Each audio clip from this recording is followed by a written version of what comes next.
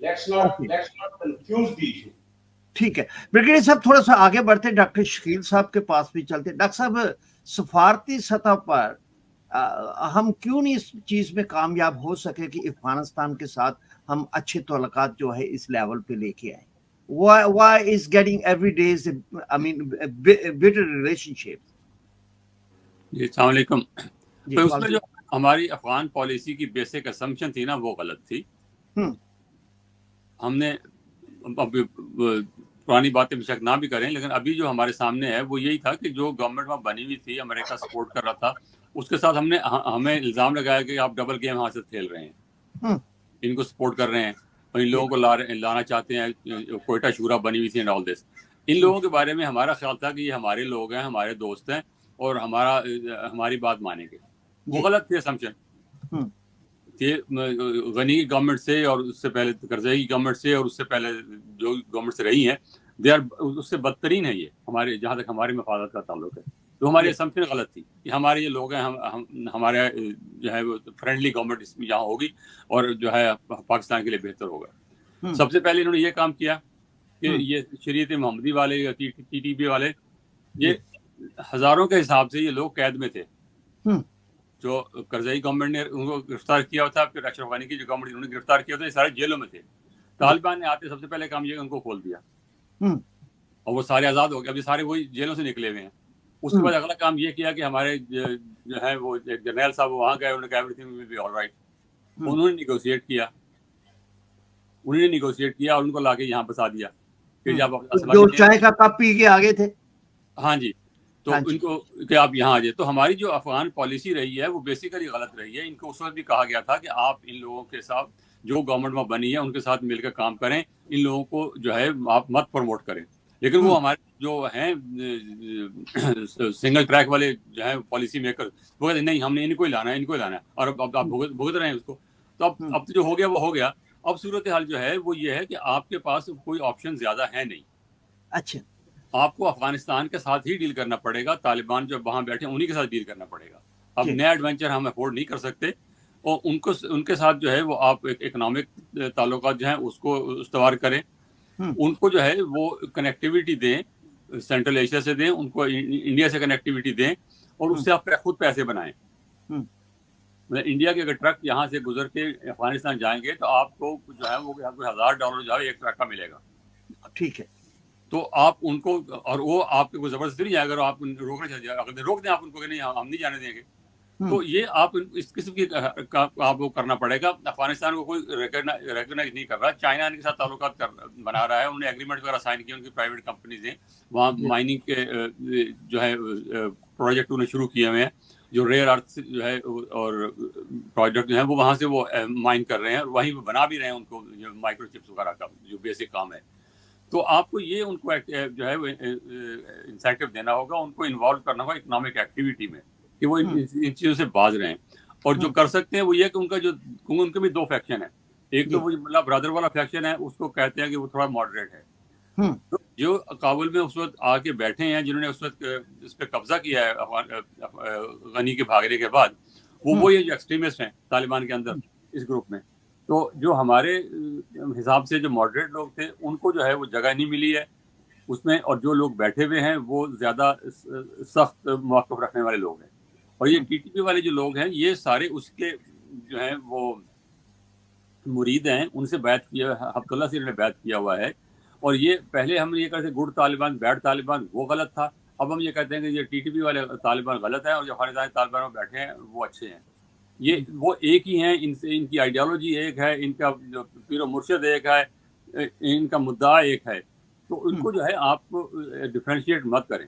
تو یہی ہو سکتا ہے اس وقت آپ کے پاس زیادہ لیوریج اب ہے نہیں کرنے کے لیے کہ افغانستان میں جو طالبان بیٹھے ہیں ان سے ڈیل کریں اور ان کو جو ہے اکنامک ایکٹیویٹی میں انوالو کریں. That's the only thing I can think of. باقی ایڈمنسٹریٹو جو ہے وہ آپ کریں, جو جیسے بیگڑی صاحب کہہ رہے تھے کہ جو آپ کی جو انٹیلیجنس, کیونکہ کوئی بھی ٹیررسٹ اٹیک جب ہوتا ہے basically it's intelligence failure. Right. Any successful terrorist attack is failure of the intelligence.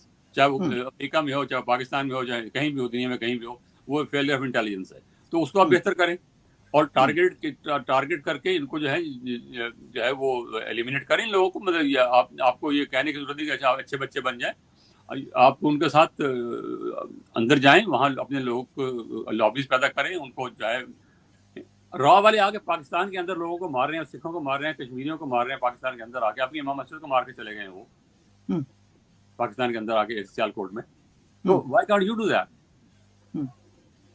امریکہ نے کر کے دکھایا سارا کچھ, سامنے لاتے سے لے کے اور یمن سے لے کے اور کہاں انہوں نے کیا. ٹھیک ہے ہمارے پاس ایسی ٹیکنالوجی نہیں ہے, لیکن ہم یہ اس لائن پہ تو سوچیں, اس لائن پہ آگے تو بڑھیں.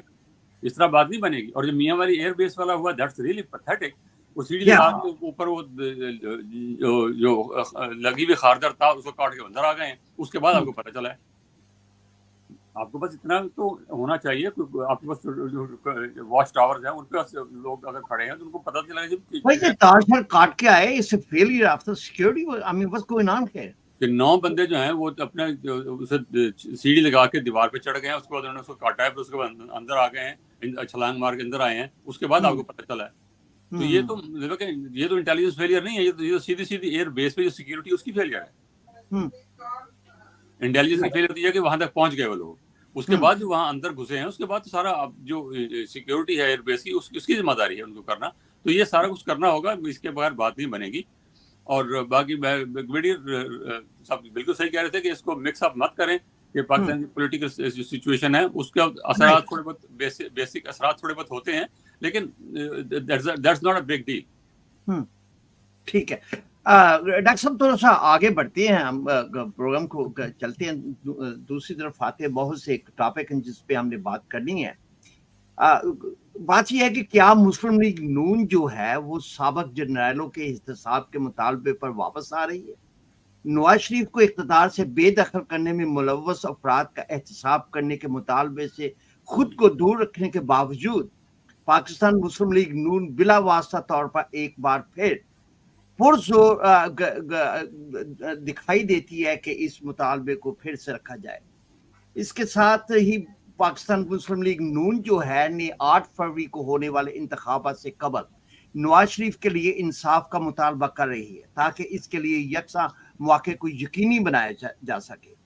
مریم نواز کے قریبی سمجھے جانے والے پاکستان مسلم لیگ نون کے رہنما میاں جاوید لطیف نے ISI کے سابق سربراہ جو تھے جنرل فیض حمید کو آڑے ہاتھوں لیا اور انہیں 2017 کے فیض آباد ڈرنے کا ماسٹر مائنڈ جو ہے وہ قرار دیا. فیض آباد ڈرنے کے ماسٹر مائنڈ جنرل فیض حمید تھے.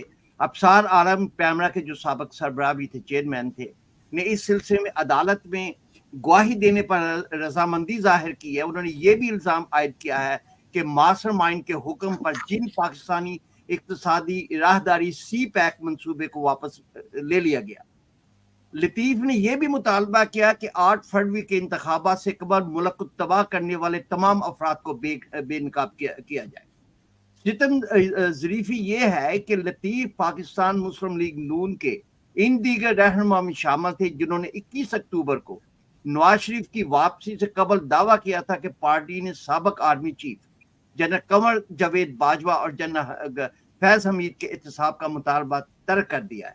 انہوں نے کہا کہ اگر پاکستان مسلم لیگ نون جو ہے کہ 90% رہنما سمجھتے ہیں کہ جنرل باجوہ اور فیض حمید نواز شریف کی نااہلی کے ذمہ دار ہیں, لیکن ہم ان کے خلاف کسی قسم کی کارروائی کا مطالبہ نہیں کر رہے.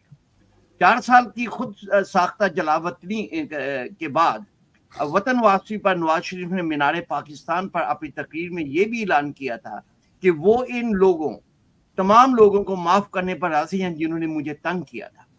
پاکستان مسلم لیگ کے ایک اور سینئر رہنما خواجہ آصف نے بھی حال ہی میں ایک ٹی وی شو میں جنرل فیض حمید کو فیض آباد ڈرنے کا ماسٹر مائنڈ قرار دیا تھا.